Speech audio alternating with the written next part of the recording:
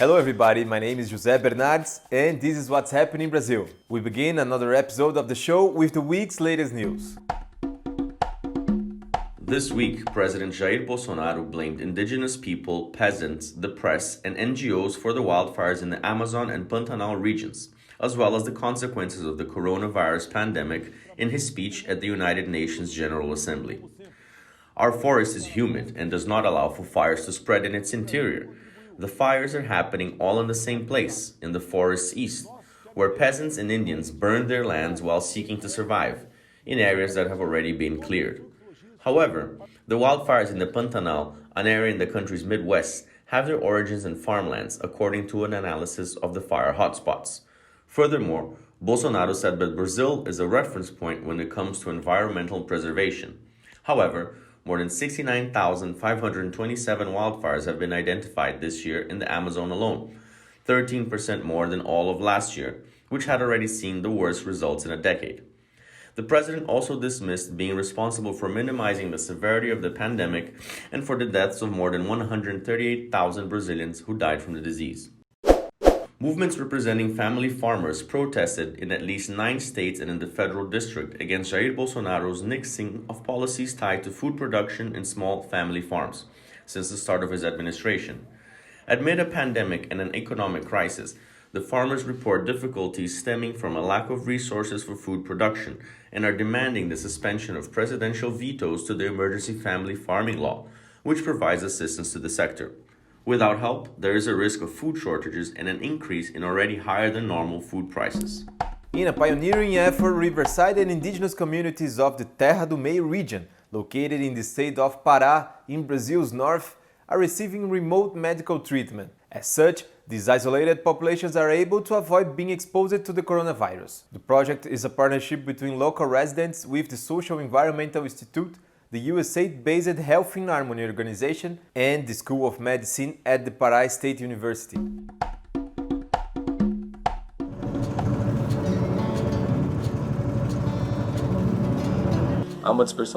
The Terra do Meio region is currently made up of 5 conservation areas and 5 indigenous lands, with very difficult logistical access.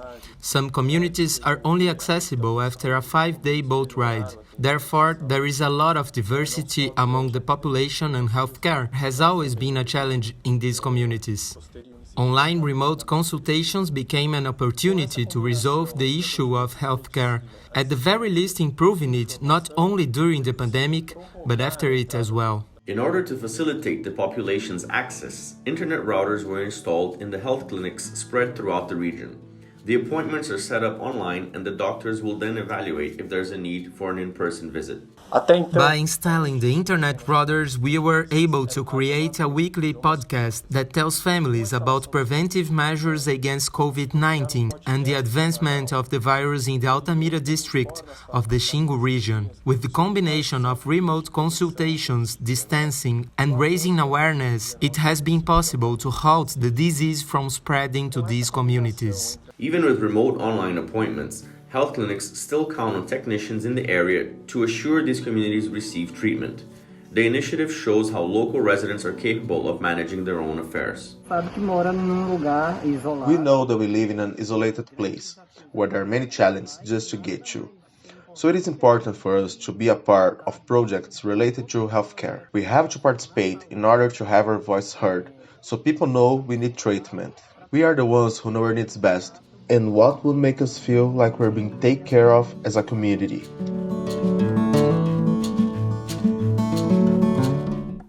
Today's Cultural Talk hosts a conversation with environmental filmmaker Rafa Khalil, who will talk about the film People of the Forest, released this month in Brazil. The work showcased the lives of Riverside and indigenous communities that inhabit the extractivist Chico Mendes reservation in the Amazon. The struggle of Brazilian environmentalist Chico Mendes in the region echoed throughout the world. An extractivist leader who was murdered 30 years ago for fighting to preserve the Amazon, the rights of forest dwellers, and against land grabs. The documentary highlights how his legacy lives on in the region.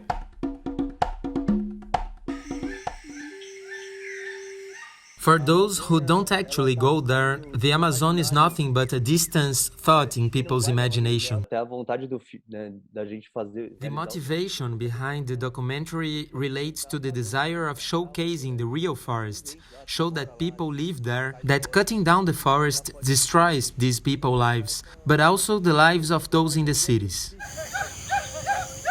I really wanted to talk about today, about the people that live there, the conflicts going on there. I obviously couldn't discard the historical context behind it all, especially in the region where Chico Mendes lived. We tried to show how omnipresent Chico's still inside the forest. He was able to keep these ideals alive, the flame burning, and at the same time, the conflicts we are seeing are the same ones he fought. The Amazon goes through cycles of exploitation in which only the names of the culprits change, but these cycles of destruction are always there. 30 years after his murder, things haven't changed much. The names change, the size of the problems change, but these cycles are permanent. The indigenous communities are resistant. They are the guardians of all that. As a matter of survival, they end up taking care of things that help our entire species stay alive on this planet. As a so-called romantic objective of the film, I would like people to understand the value of all this, of these people who are there in the forests, maybe to help the wheels there keep turning, not the wheels that turn here in the city, because they will run over us.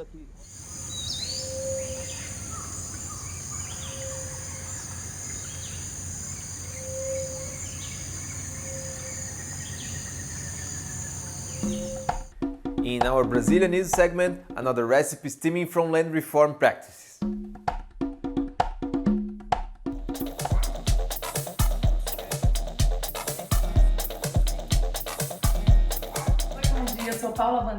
Hi, good morning. I'm Paula Bandeira, a chef from the state of Bahia, currently living and working in Sao Paulo.